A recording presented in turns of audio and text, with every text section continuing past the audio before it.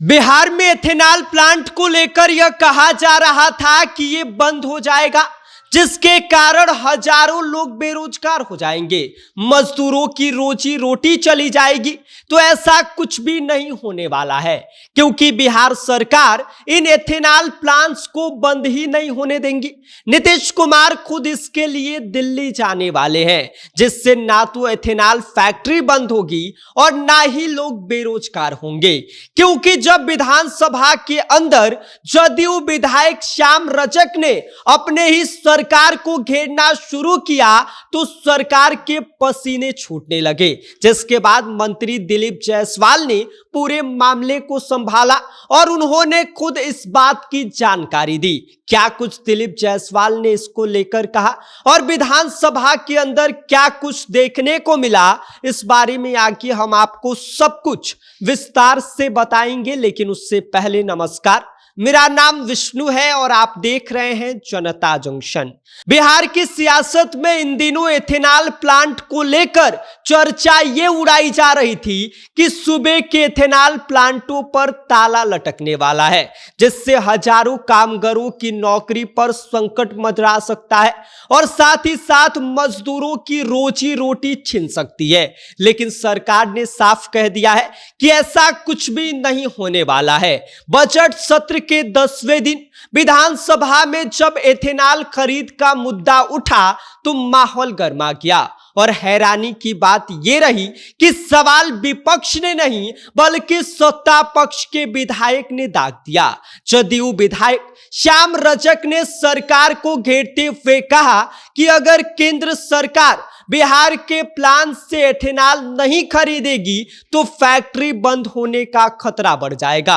उन्होंने आरोप लगाया कि दूसरे राज्यों से ज्यादा खरीद हो रही है, जबकि बिहार का कोटा आधा कर दिया गया। उन्होंने यह भी याद दिलाया कि मुख्यमंत्री नीतीश कुमार खुद बक्सर स्थित एथेनॉल प्लांट का दौरा कर चुके हैं, फिर भी हालात सुधरे नहीं हैं। श्याम रजक का कहना है कि फैक्ट्री बंद होने की नौबत आ गई है तो वहां पर काम करने वाले जो मजदूर हैं वो बेरोजगार हो जाएंगे। ऐसे समय में ठोस कदम जो है वो उठाना जरूरी है। सरकार की ओर से उद्योग मंत्री दिलीप जायसवाल ने पूरा मोर्चा संभाला और उन्होंने कहा कि एग्रीमेंट के मुताबिक 1060 किलो लीटर प्रतिदिन एथेनॉल की खरीद अनिवार्य है, लेकिन उत्पादन 1600 किलो लीटर से ज्यादा प्रतिदिन तक पहुंच गया है। यानी उत्पादन ज्यादा है जबकि खरीद की बाध्यता सीमित है। मंत्री दिलीप जायसवाल ने कहा कि इस संबंध में केंद्र सरकार को पत्र लिखा गया है और मुख्यमंत्री नीतीश कुमार खुद दिल्ली जाकर इस विषय पर बातचीत करेंगे। दिलीप जायसवाल ने यह भी कहा कि सरकार इस मामले को बेहद गंभीरता से ले रही है। उनके मुताबिक सोशल मीडिया पर इस बात की अफवाह उड़ाई जा रही है कि एथेनॉल प्लांट्स बंद हो रहे हैं, जबकि हकीकत में ऐसा नहीं है।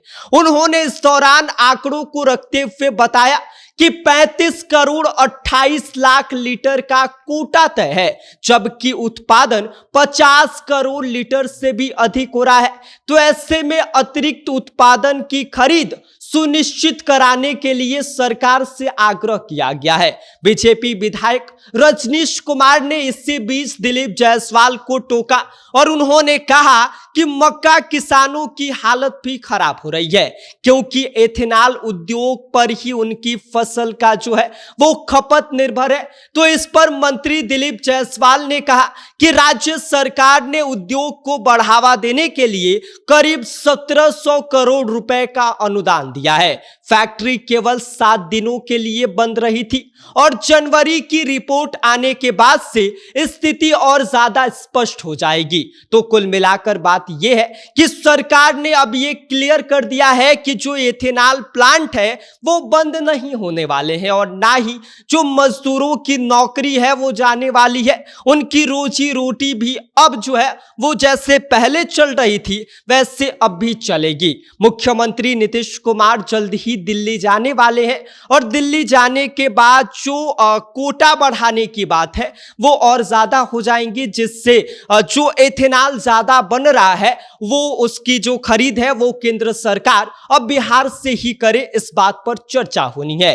बिहार में एथेनॉल को लेकर सियासत भले ही गर्मा रही हो, लेकिन सरकार इसे ठंडा रखने की पूरी तैयारी में है। बाकी इस पूरी खबर को लेकर आप क्या सोचते हैं, आपकी क्या प्रतिक्रिया है, इस पर अपनी राय हमें भेज दीजिए। आप देख रहे हैं जनता जंक्शन, मेरा नाम विष्णु है।